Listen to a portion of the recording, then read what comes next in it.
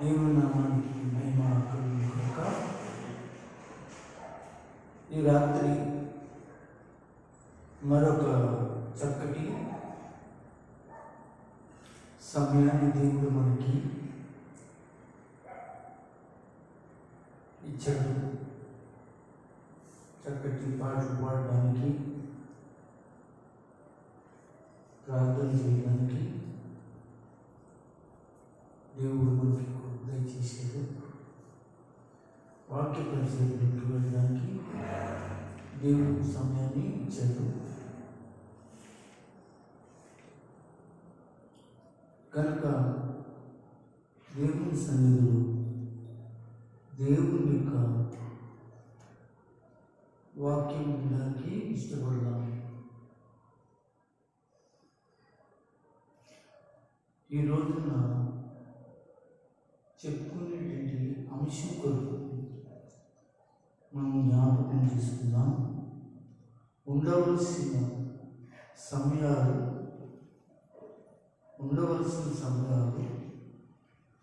జాగ్రత్తగా ఉండాలి. ఉండవలసిన సమయంలో లేక ఉండవలసిన సమయాల్లో జాగ్రత్తగా ఉండాలి అనే అంశం మీద ఈ రోజున కొన్ని మాటలు మనం మాట్లాడుతున్నాం.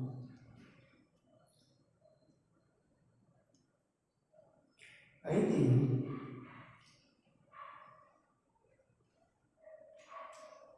మనం ఈరోజు చెప్పుకోబోతున్నది ఈ అంశంలో చాలాసార్లు విశ్వాసమైన మనం, దేవుని ఎదురుమైన మనం కొన్ని వ్యతిరేకమైన పనులు చేస్తుంటాం, లేక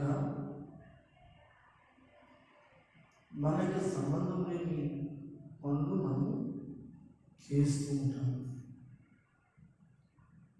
అయితే బైబిల్ మాకు ఏం నేర్పిస్తుంది అంటే, బైబిల్ ఏం మాట్లాడుతుందంటే, ఉండవలసిన సమయాల్లో జాగ్రత్తగా ఉండండి అని మనకి బైబిల్ నేర్పిస్తుంది. అయినా బైబిల్ అంత నేర్పించిన, బైబిల్ అంత మాట్లాడి చెప్పినా మనం లేక సంఘము నుండి ప్రభు నామం చెప్పుకుంటూ ఉన్నవాడు చాలా బాధంగా ఉంటారు. అయితే ఇలాంటి వారు ఏమేమి చేస్తారు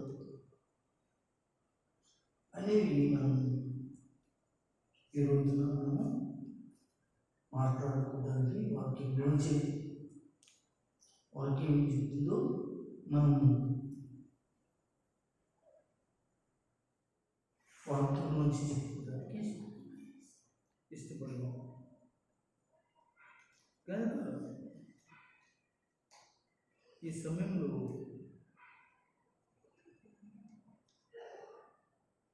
దేవుని వాక్యం సామెతల గ్రంథము 26వ అధ్యాయం చూడండి.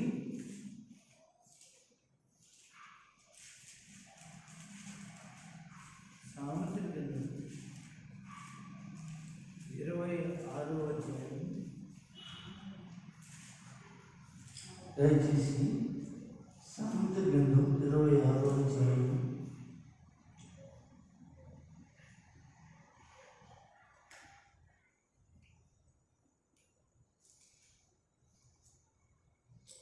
ఏమిటి అంటే, మొదటిది, మీరు జోక్ చేసుకోవలసిన విషయాలు కానప్పుడు తర్వాత ఆలోచించండి. మీరు జోక్ చేసుకోవలసిన విషయాలు కానప్పుడు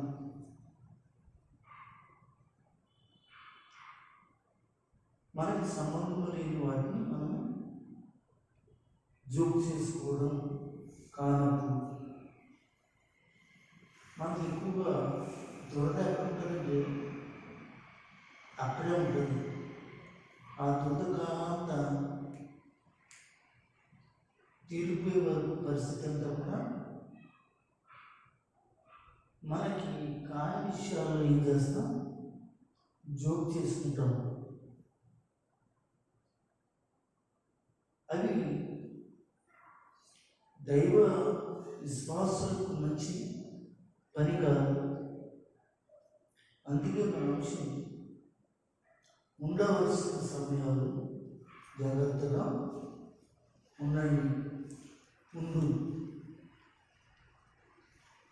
సామెత గ్రంథంలో 26వ అధ్యాయం 17వ వచనం చదవండి. తనకు పట్టని జగడమును బట్టి జగతిని తనకు పట్టని జగడమును బట్టి రేగువాడు ఆగు. అతను ఆ జగడం అతను కాదు, విన్నారా?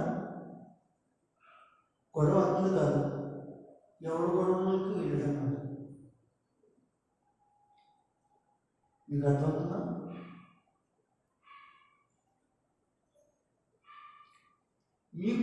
మీరు జోక్ చేసుకోవలసిన విషయాలు కానప్పుడు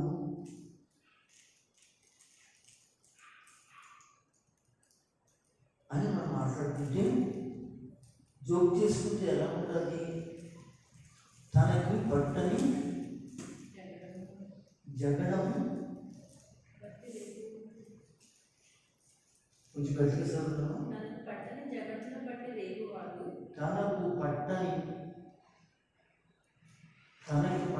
జగడం అని చదవండి. బట్టి రేగువాడు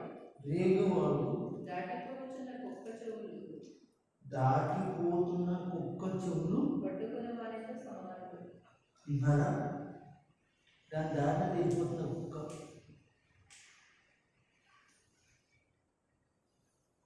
చక్క వెళ్ళిపోతుంది.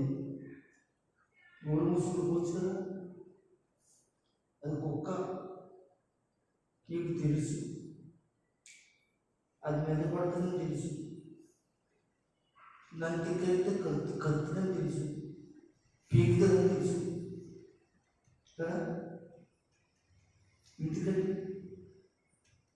ఉండవలసిన సమయాలలో జాగ్రత్తగా ఉండటం అనేది క్రైస్తవ జీవితంలో లేకపోతే, సామెతల్లో సొలొమోను చెప్పేది ఏంటంటే, తనకు పట్టని జగడమును బట్టి చూడండి ఎంత భయంకర విషయం.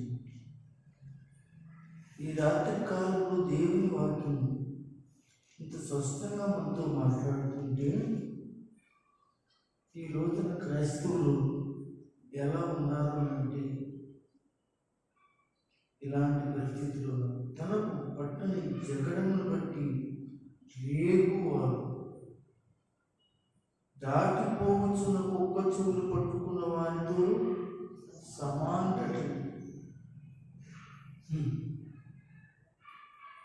ఏర్పాటు ఉంటారా? ఇంటికి మీరు 3 మంది ఉన్నారండి. ఇంటికి ఏదో చేసాడు, తప్పు చేసాడు, పొరపాటు చేసాడు, ఇది చేసాడు, వాటిని నుంచి వాటికి పెడుతున్నారు. రే నా వాడిని ఏమంటారు? కార్ వేసుకుంటూ మేమున్నాం. ఇదేం చేస్తే ఫోన్ చేస్తే బండి తీసుకెళ్ళిపోదు, లేకపోతే నలుగురు తీసుకెళ్ళిపోదు. ఇదేంటిది? వాడికి పట్టని జరగదు, వాడికి పట్టని జరగదు. ఆడికి సంబంధించింది కాదండి, ఆడికి సంబంధించింది కాదు. అయితే ఈ రోజున క్రైస్తవుల గురించి నేను చెప్తున్నాను, అన్యుల గురించి చెప్పట్లేదు. నేను అన్యుల గురించి చెప్పట్లేదు, బయట వాళ్ళ గురించి నేను చెప్పట్లేదు. దేవుని పిల్లలు చేసే పనులు చెప్తున్నాను, వాడి జీవితాలు చెప్తున్నాను. మనకి ఎందుకండి? మనకి పట్టని జగడం, మనకి పట్టని, మనకి సంబంధం లేదు వాటి విషయంలో మనకి ఎందుకండి? జాగ్రత్తగా ఉండాలి. జాగ్రత్తగా లేక చాలామంది దారిని పోతున్న కుక్క చూలు పట్టుకున్న వాడి వలె ఉన్నాడట. ఈ రాత్రి మనము దారిని పోతున్న కుక్కని వెనకాలే తన చూలు పట్టుకుంటుంది, చేయి పట్టుకుదా, పెక్కట్టుకుదా, కాళ్ళుగా. కుక్క సాధారణంగా పెంపుడు కుక్కలు ఒకవేళ తోక పట్టుకున్నా, చూలు పట్టుకున్నా, ఒకవేళ మజ్జిగ తిప్పలేనా పట్టుకుంటే, చెవులు పట్టుకున్నా, తోక పట్టుకున్నా, ఒకవేళ ఏం చేయకపోవచ్చేమో, రోడ్ల మీద వెళ్ళే కుక్కలు చెవు పట్టుకుంటే దానికి చాలా బాగుంటుంది. తోక పట్టుకుని చెవులు పెట్టుకొని వెంటనే ఏం చేస్తుంది? ఒక్కసారిగా మీద పడి రక్కేస్తుంది. కనుక ఈ రోజున ప్రార్థనా గుంపులు, ప్రార్థనా విశ్వాసం ఎలా ఉన్నారంటే ఇలాగే ఉన్నారు. ప్రియమైన దేవుని సంగమా, మీరు జోక్ చేసుకోవలసిన విషయాలు కానప్పుడు జాగ్రత్తగా ఉండడం మంచిది. కానీ అలా ఉండలేదు. నాకంటే గొప్పదాన్ని చూస్తాను, నీకు ఇంటికే నిన్నాలని మాట్లాడతాను. ఇలాంటి ఆడవాళ్ళు లేక మాలేదు, మగవాళ్ళు లేక మాలేదు, క్రైస్తవులకి లేక దేవుని పిల్లలకి ఇది తగదు అని బైబిల్ మనకు బోధించి చెప్తున్నా. ఈ ఈదులో జరిగిన గొడవ ఏమండి, 4 ఈదులకి పెట్టే వ్యక్తులు కూడా ఉంటుంది. అంటే ఏమీ లేదు, జగడాలు, భయంకరమైన జగడాలు. కనుక ఉండవలసిన సమయాల్లో కుదురుగా ఉండకపోతే, ఉండవలసిన సమయాల్లో జాగ్రత్తగా ఉండకపోతే, ఇదిగో సామెతల గ్రంథంలో 26:17 చెప్పిన పరిస్థితి నీకు జరుగుతుంది. కనుక జాగ్రత్తగా ఉండడం మంచిదని బైబిల్ చెప్తుంది. అయితే మరొక విషయం బైబిల్ చెప్తుంది. సామెతలు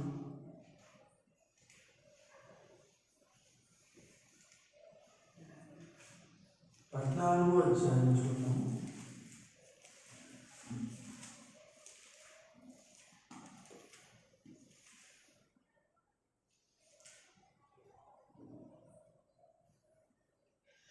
తర్వాత చూద్దాం. 4వ అధ్యాయం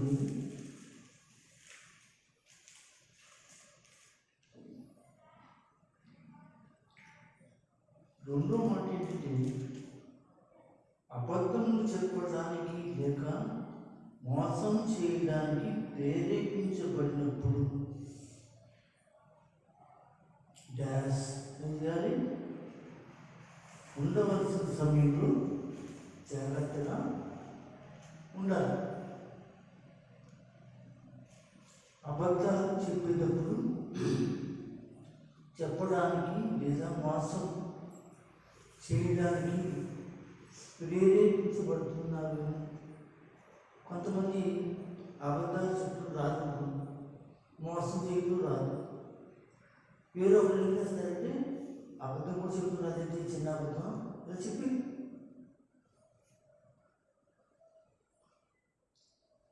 అని చెప్పేవాడు కూడా చాలా మంది ఉన్నారు. ఇంకా అబద్ధాలు సార్ నిలబడతారు. చిన్న అబద్ధం ఆడుకుంటున్నారు కదా, అబద్ధం ఆడుకోకుండా మన బతుకులు మన జీవితాలు వెళ్ళిపోతాయా అంటూ ప్రేరేపిస్తుంటారు, చెప్తూ ఉంటారు. మోసానికి మనల్ని ప్రేరేపిస్తుంటారు. అయితే ఆ ప్రేరేపణకు మనం లోబడకూడదు. బైబిల్లో 4వ అధ్యాయం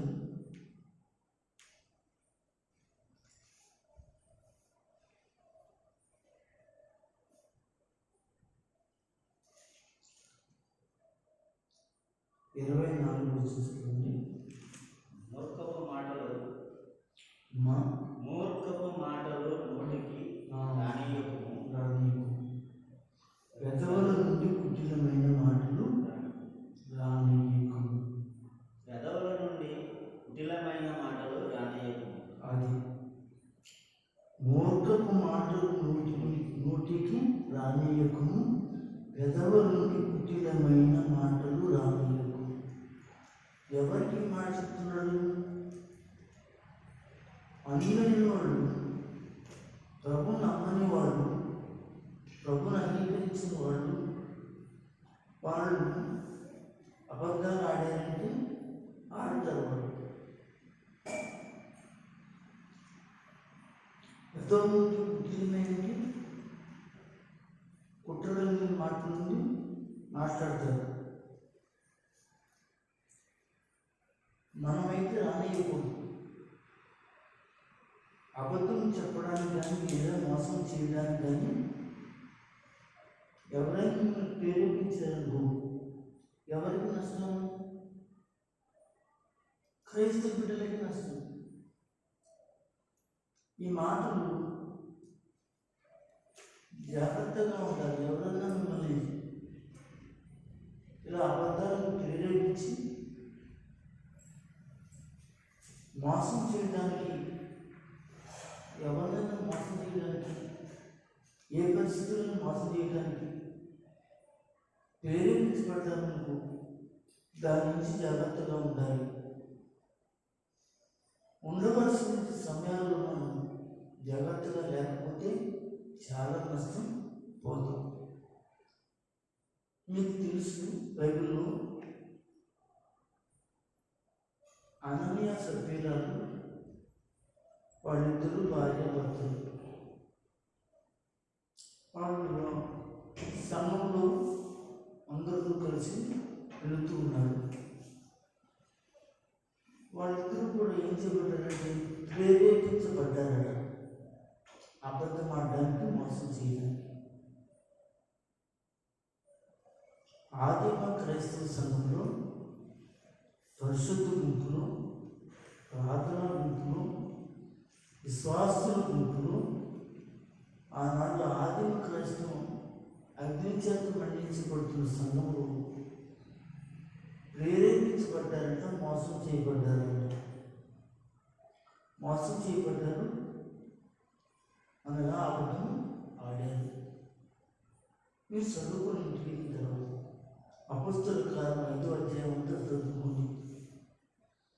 అననీయ సప్పీరాలనే వాళ్ళు దైవజనుని ఎదుట, దైవజనుని కాదు ఎవరి దగ్గర అబద్ధము మోసం ఉండకూడదు. ఎవరైనా ఒకవేళ ప్రేరేపిస్తే అలాగా పక్క వాళ్ళకి అబద్ధాలు ఆడడం, మోసం చేయడం చేయకూడదు. మంచి పని కాదు. వీళ్ళు దైవజనులతో మోసగించబడ్డారు. సాతాను చేత అబద్ధాలు పలికారు. వాళ్ళంటనే అక్కడికక్కడే చనిపోయేదని బైబిల్లో చెప్పండి. అలాగే నువ్వు సంఘంలో ఆడ చచ్చిపోవాలి, ఏ చచ్చిపోవాలి అని కాదు చెప్పేది. అంతకంటే ఎక్కువైంది ఏంటి తెలుసా?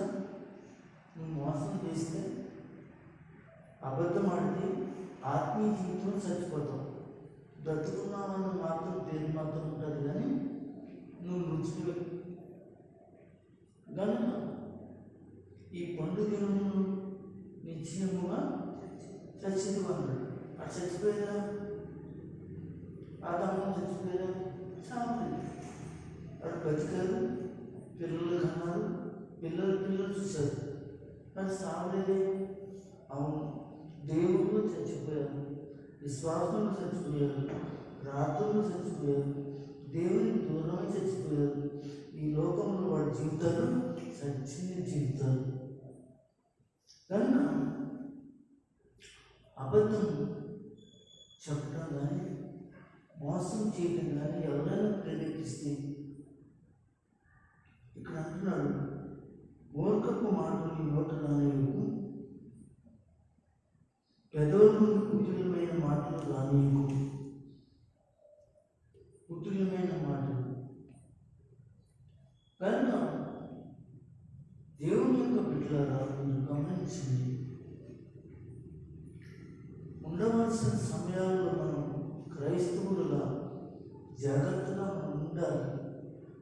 అంతేగాని అన్యుల్లాగా మనం మనకు పట్టాన్ని జగడం, మోసం చేయడం, అబద్ధాలు ఆడడం. అన్యులు కూడా కొంతమంది చాలా నిష్ఠగా ఉంటారు. ఆయన కూడా ఆడడానికి మంచి పని కాదు అసలు. వాడికి పట్టని జగడంలోకి వెళ్తారు కొంతమంది. మోసాలు కూడా చేయరు, అబద్ధాలు కూడా ఆడరు. అయితే క్రైస్తవుల్లో ఇవన్నీ ఉండటం వల్ల దేవుడి వాక్యం మనకి చెప్తుంది, ఉండవలసిన సమయాల్లో జాగ్రత్తగా ఉండకపోతే నీ పరిస్థితి మారిపోతుంది.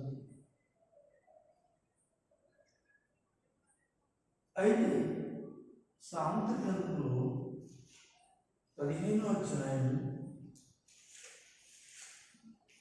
3వ వాక్యం ఏంటంటే, ఉండవలసిన సమయాల్లో జాగ్రత్తగా ఉండాలి. ఆగ్రహంలో ఉన్నప్పుడు ఎలా ఉండాలో చూసుకోవాలి. ఆగ్రహంలో ఉన్నప్పుడు చూసుకోవాలి. 15వ అధ్యాయం మనం చూసి చదవండి.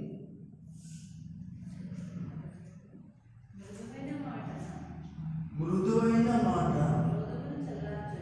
ఏంటంటే, మృదువైన మాట ఏం చేస్తుందంటే ఎంత బాగున్నవాడైనా నెమ్మది చేస్తుంది. నొప్పించు మాట కోపం రేపుతుంది.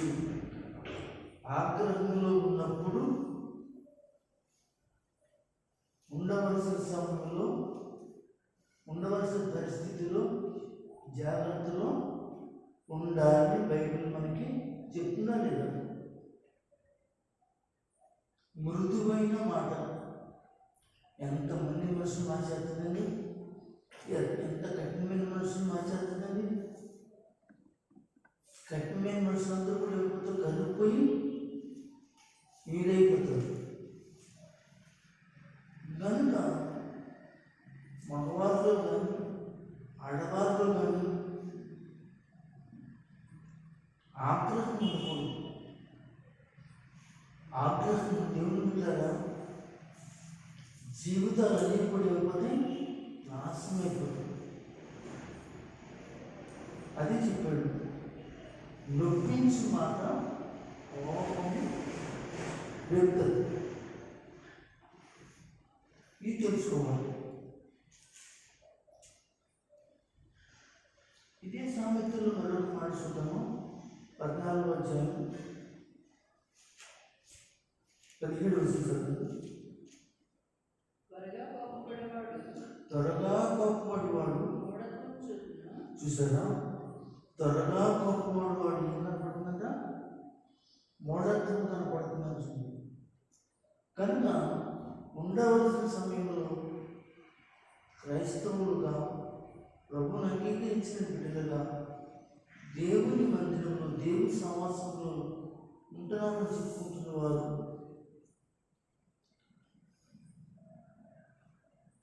త్వరగా కోపపడుతున్నట్టు ఏ కనపడుతుందో మూఢత్వం కనపడుతుంది. ఈ మూఢత్వం గలవాడు ద్వేషించబడతాడు. కనుక ఆగ్రహంలో ఉన్నప్పుడు ఉండవలసిన సమయంలో, ఉండవలసిన రీతిలో, ఉండవలసిన పరిస్థితుల్లో నువ్వు జాగ్రత్తగా ఉంటే చక్కగా అన్నీ సాఫీగా అయిపోతుంది. మృదుగా కోపము లేకుండా చాలా జాగ్రత్తగా ఉండగలుగుతాం. అది అది ఒక యవనస్తుడైనా, ఒక యవనస్త్రీ అయినా, ఒకవేళ పెద్దవాడైనా ఎవరైనా కావచ్చు. కనుక దేవుని సన్నిధిలో జాగ్రత్తగా ఈ విషయాన్ని మనము పూర్తిగాలి. అందరూ ఒకసారి స్తోత్రం చెప్తాం. దేవుని స్తోత్రం. కనుక దేవుని పెట్టలేని మనము జాగ్రత్తగా ఈ విషయాన్ని మనం ఆలోచించి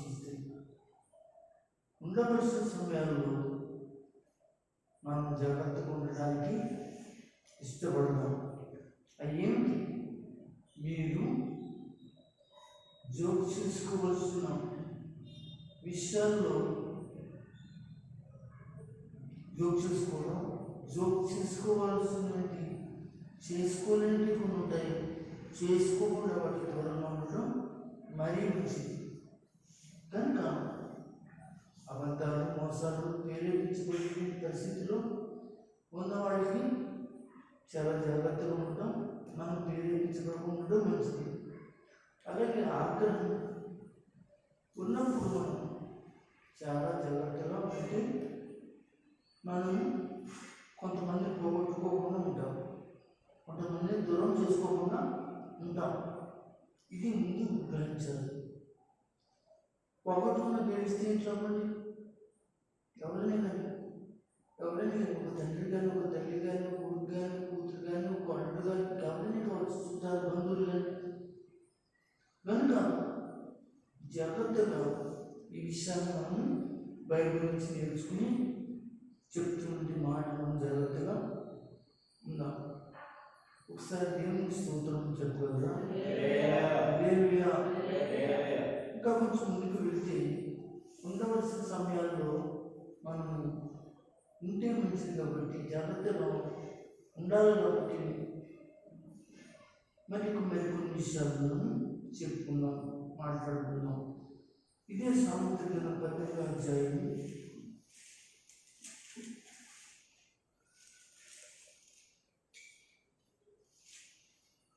18వ అధ్యాయం దయచేసి మరొక మాట ఏమిటంటే, మీకు అన్ని వాస్తవాలు తెలియనప్పుడు జాగ్రత్తగా ఉండండి. ఉన్నారా? మనకి వాస్తవాలు తెలియకుండా మనం వెళ్ళిపోకూడదు. నేను మాట్లాడతారా, నేను తింటారా, నేను అలా చేస్తారా, ఇలా చేస్తారా, నిన్నంతా దిగులు అనేటువంటి పరిస్థితి మనం రాకూడదు. ఎందుకంటే అన్ని వాస్తవాలు తెలియనప్పుడు మనం ఉండవలసిన పరిస్థితులు ఉండటం, ఉండవలసిన సమయాలు చాలా జాగ్రత్తగా ఉండటం మంచిది. బైబిల్లో 18వ అధ్యాయంలో 13వ వచనం, సంగతి వినక ముందు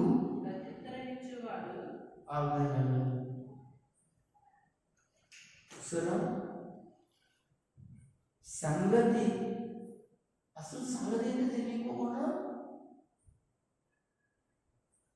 వాస్తవంగా తెలియకోకుండా, నిజమేంటో తెలియకోకుండా, పరిస్థితి ఏంటో తెలియకోకుండా, ఈ జీవితంలో ఏంటి అనేది తెలియకోకుండా పవిత్రం ఇచ్చేవాడు, అది గొడవ పెట్టుకునేవాడు, మాట్లాడేవాడు. ఎలాంటి వాడు? అక్కడ రాశాడు, తన మూఢత్వమును బయలుపరిచి సిగ్గును. తర్వాత వాడికి ఏం కలుగుతుంది? వాస్తవాలు తెలవకుండా నేను మాట్లాడానుకోండి, అప్పుడు నాకేం కలుగుతుంది? మీకేం కలుగుతుంది? సిగ్గు. అక్కడ తలంచుకోవాలి. అంత అవసరం ఉంటుంది మనకి, అంటే ఎంత అవసరం ఉంటుంది మనకి. అందుకని జాగ్రత్తగా ఉండాలని చెప్తున్నాను. ఉండవలసిన సమయాల్లో నీవు జాగ్రత్తగా ఉండటం నీకు మంచిది. ప్రార్థన చేసే సహోదరుడు కాబట్టి దేవుని సన్నిధిలో కొంతమంది పద్ధతులు పెట్టించుకోడు కాబట్టి కొన్ని వాస్తవాలు, కొంతమందికి వాస్తవాలు తెలియకుండా వేసేస్తూ ఉంటారు, మాటలు వేసేస్తూ ఉంటారు. పరిస్థితి వాస్తవాలు తెలియదు. తర్వాత అంటారు, నేను అలా అనుకోలేదు, మరి ఎలా అనుకున్నాం, మరి తెలుసుకోవద్దా, తెలియకుండా వేసేద్దాం మాటలు. ఆడవాళ్ళు ఉన్నారు, మగవాళ్ళు ఉన్నారు, వాళ్ళు ఇష్టానుసారంగా వేసేస్తారు. కనుక దేవుని యొక్క బిడ్డల గమనించింది, వాస్తవం తెలుసుకోవాలి.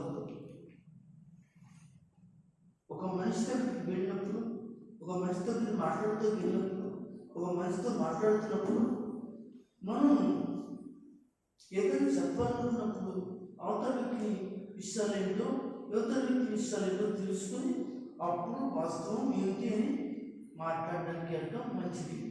లేకపోతే ఇక్కడ చెప్పినట్టుగా సంగతి వెనక ముందు ప్రత్యుత్తరం ఇవ్వకూడదు. సంగతి తెలియకోకుండా వెళ్ళి మాట్లాడకూడదు. నీకు వివరణ లేక ఆ విషయం ఏంటో తెలియకోకుండా చెప్పడానికి ముందుకు రాకూడదు.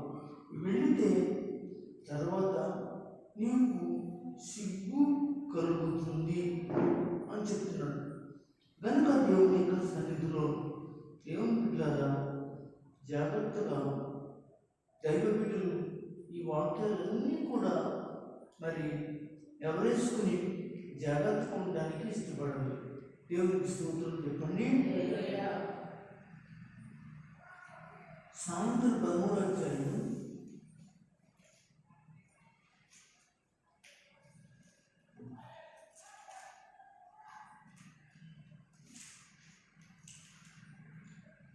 ఉండవలసిన సమయాల్లో జాగ్రత్తగా ఉండడం మంచిది. ఏంటి అంటే వినడానికి అలాగే నేర్చుకోవడానికి సమయం వచ్చినప్పుడు ఏం చేయాలి? ఉండవలసిన సమయంలో ఉండే రీతిలో ఉండాలి. నేర్చుకునేటప్పుడు, వినేటప్పుడు, సమయం వచ్చినప్పుడు వాటిని జాగ్రత్తగా వినాలి. కానీ ఒక గురువు దగ్గరికి వెళ్ళాం, ఒక గురువుతో మాట్లాడుతున్నాం, మనం శిష్యులైన వాడు, ఆయన కూర్చున్నాడు, అటు ఇటు కూర్చున్నాం మనం కొంతమంది అండి. మీరు మాట్లాడేసుకుంటే ఈ గురువు గారు దగ్గరికి కూర్చారు చెప్పండి. అయితే వీళ్ళు ఎవరంటే నేర్చుకోవడానికి వినడానికి వచ్చారు. వినడానికి నేర్చుకోవడానికి వచ్చింది సార్. వాళ్ళంతటా వాళ్ళే మేధావులు ఎవరు మాట్లాడేసుకుంటే ఇంకా ఎందుకంటే ఇక్కడ గురువు గారు మాస్టర్లు ఆలోచించి గనుక 13వ అధ్యాయంలో మాట్లాడతాడు. మొదటి వచనంలోనే తండ్రి శిక్షించు కుమారుడు జ్ఞానము గలవాడు. అపహాసకుడు గద్దింపులకు లోబడడు. తండ్రి శిక్షించు కుమారుడు జ్ఞానము గలవాడు అంటే నేర్చుకోవడం శిక్షణ, వినడం శిక్షణ.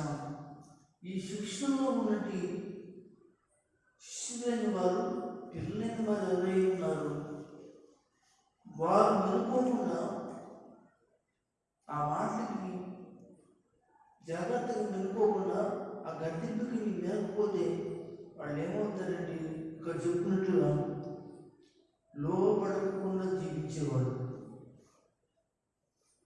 అపహాసకుడు అతడు గద్దెంపులకు లోబడు. కనుక వినడానికి నేర్చుకోవడానికి వచ్చినప్పుడు జాగ్రత్తగా నీ సమయాన్ని అది గద్దింప, నేర్చుకోవడమా, బుద్ధి కలిగి జీవించడమా అనేది మనం జాగ్రత్తగా ఆలోచించుకోకుండా ఎన్నుకోకుండా ఉంటే అతడు ఎలాంటి వాడు అనంటే అపహాసకుడట. ఎవరికి అపహాసకుడు? నేర్చుకోవడానికి వెళ్ళిన వ్యక్తి దగ్గరికి, ఆయన గురువు గారికి అతడు అపహాసకుడుగా కనపడతాడు, లోబడిన వాడిగా కనపడతాడు. కనుక మనం సంఘంలోకి వచ్చినప్పుడు, ప్రార్థనలోకి వచ్చినప్పుడు తిరిగిన వాళ్ళు, చూసిన వాళ్ళు ఉంటారు. వాళ్ళు మరి దైవజనుడు వాక్యం చెప్పినప్పుడు వారికి జ్ఞానం కలిగిన వాడు వింటాడు, జ్ఞానం లేని వాడు ఇలా గర్తింపులకు లోబడిన వాడు ఉంటాడు. అయితే వాడు ఎవడంటే నేర్చుకోవడానికి, వినడానికి వచ్చి వ్యతిరేకమైన వ్యక్తిగా జీవించేవాడని బైబిల్ మనకు చెప్తుంది. కనుక ఈ విషయాల్లో మనం జాగ్రత్తగా ఉంటాం. అందుకే యేసు ప్రభు మాట చెప్పాడు కదా, మత్తయి సువార్త 11:15లో,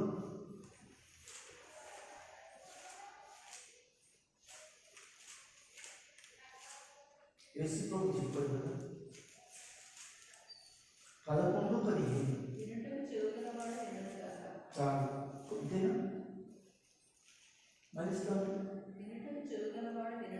వినుటకు చెవుగలవాడు వినుగాక. అంటే వినేవాళ్ళందరికీ చెవులు లేవనా? చెవులు ఉన్నాయి, కానీ ప్రకటనలో చెప్పినట్లుగా ఆత్మ సంబంధమైన చెవులు లేవని.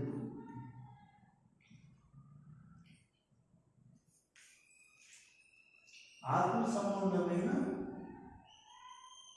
చెవులు లేవు. ఆత్మ సంబంధమైన చెవులు లేనప్పుడు ఎఫెసీ సంఘానికి లేదు, కొలస్సీ సంఘానికి లేదు, తిమోథెయ సంఘానికి లేదు అండి. ఇలా అక్కడ 7 సంఘాల గురించి చెప్పాడు. అయితే చెవు గలవాడు వినుగాక. అయితే వినడానికి, నేర్చుకోవడానికి నీకు సమయం వచ్చినప్పుడు జాగ్రత్త లేకుండా అనాలోచనగా దేవుని మాటలు దూరంగా పెట్టి నీ ఉంటే, అలాంటి సమయాలు నీ దగ్గర ఉంటే జాగ్రత్త అని దేవుడు చెప్తున్నాడు. ఆత్మ చెవులు కావాలి అంటున్నాడు. చెవుగలవాడు వినుగాక.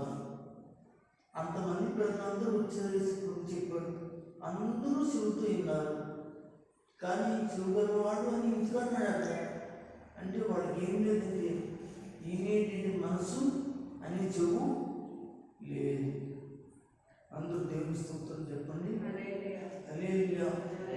కనుక దేవుని పిల్లలని మీరు జాగ్రత్తగా దేవుని వాక్యాన్ని అర్థం చేసుకుని ఉండవలసిన సమయాల్లో జాగ్రత్తగా చర్చిలో ఉన్నా, ఇంటికాడ ఉన్నా, చుట్టాల దగ్గరికి వెళ్ళినా, పనికి వెళ్ళినా, ఉద్యోగాలు చేసినా, వ్యాపారాలు చేసినా, ఏ పరిస్థితులు అయినా కానీ మరి జాగ్రత్తగా ఉంటే మంచిది. జాగ్రత్త పడుతూ ఉన్నా మీకు ఎంతో దీవెనకరంగా ఉంటుంది. అయితే ఉండవలసిన సమయాల్లో అనేక విషయాలు మనం నేర్చుకుంటూ ఉన్నాము. ఇష్టమైనదిగా లేదు అని నువ్వు తీర్పు తీర్చాల్సిన పని లేదు. బైబిల్ యాకోబు రాసిన పత్రికలో మాటలు చదవండి. తీర్పులుగా భావించాల్సిన పని లేదు అంటాడు. యాకోబు రాసిన పత్రిక 3వ అధ్యాయం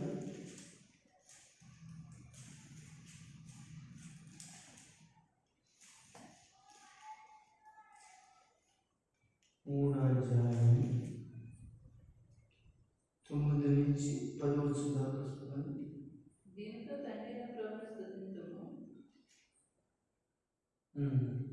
దీనితో తండ్రిని దేవుని స్తుతింతుము. దీనితోనే దేవుని పోలికగా పుట్టిన మనుషులను శపిద్దుము. దీనితోనే దేవుని పోలికగా పుట్టిన మనుషులను శపిస్తాము. ఒక నోటి నుండి ఆశీర్వచనమును, ఒక నోటి నుండి ఆశీర్వాదము శాపము బయలుపెట్టును. బయలుదేరును. నా నా సహోదరులారా, సహోదరులారా, అలా ఉండకూడదు.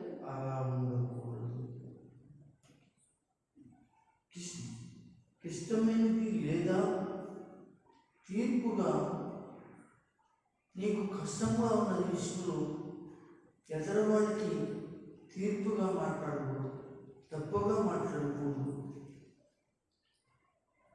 దీనితోని తండ్రిని దేవుని స్తుతిస్తారు. దేనితోనూ అని పైన చదువుకు వస్తే నోడుతూను నాలుగుతూను అని మనకు అర్థమవుతుంది. దేనితోనూ చదువుతాం. అమ్మ 6వ వచనం చదువు, లేదా 5వ వచనం చదువు. అలాగనే నాలుగు కూడా చిన్న అవయవమైన ఇంకా పైన 2వ వచనం చదివాము. అనేక విషయంలో మనమందరం తప్పిపోవచ్చున్నాము. ఎవడెవడో మాట ఏదో తప్పిన యెడల, మాట్లాడే మాట ఏం తప్పినేలా అటివాడు లోపము లేనివాడై తన సర్వశరీరం స్వాధీనపరచుకునుట. మాట ఎందుకు తప్పిన ఎడల అటివాడు లోపము లేనివాడై తన సర్వశరీరం స్వాధీనమందు ఉంచుకొని శక్తి గలవాడగు. గుర్రములను మన లోపటి కళ్యాణం ఉపయోగిస్తున్నాం. కళ్ళెము పెట్టి వాటి శరీరం అంతా చెప్పుదును కదా. అవును కదా. వాడలను కూడా చూడుడి, అవి ఎంతో గొప్పవై వెనుగాలకు కొట్టుకుని పోబడినను వాడ నడుపు వారి ఉద్దేశం చొప్పున మిగిలి చిన్నదగు చుక్కని చేత నింపబడును. అలాగునని అదనమాట. ఇదంతా చెప్పుకుంటూ వస్తే అలాగునే నాలుగు కూడా అది నోటి మాట. నాలుగు కూడా చిన్న అవయవై బహుగా పడుతుందట. అమ్మా, ఎంత కొంచెం నిప్పు ఎంత విస్తారంగా అడిగి తగలబెడుతుందో. నాలుగు అగ్నియే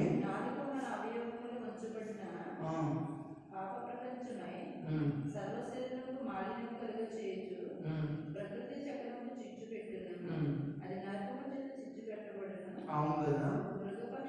మృగపక్షి సర్ప జలరాశులు ప్రతి జాతి నరజాతి చేత సాధువుగాను అన్ని కూడా మనుషుల చేత స్వాధీనం చేయబడుతుంది. కానీ మనుషుల యొక్క నోటిలో ఉన్న నాలుగు మాత్రం స్వాధీనంలోనికి రావడం లేదు అంటూ ఏ నరులను నాలుగులను సాధు చేయలేడు.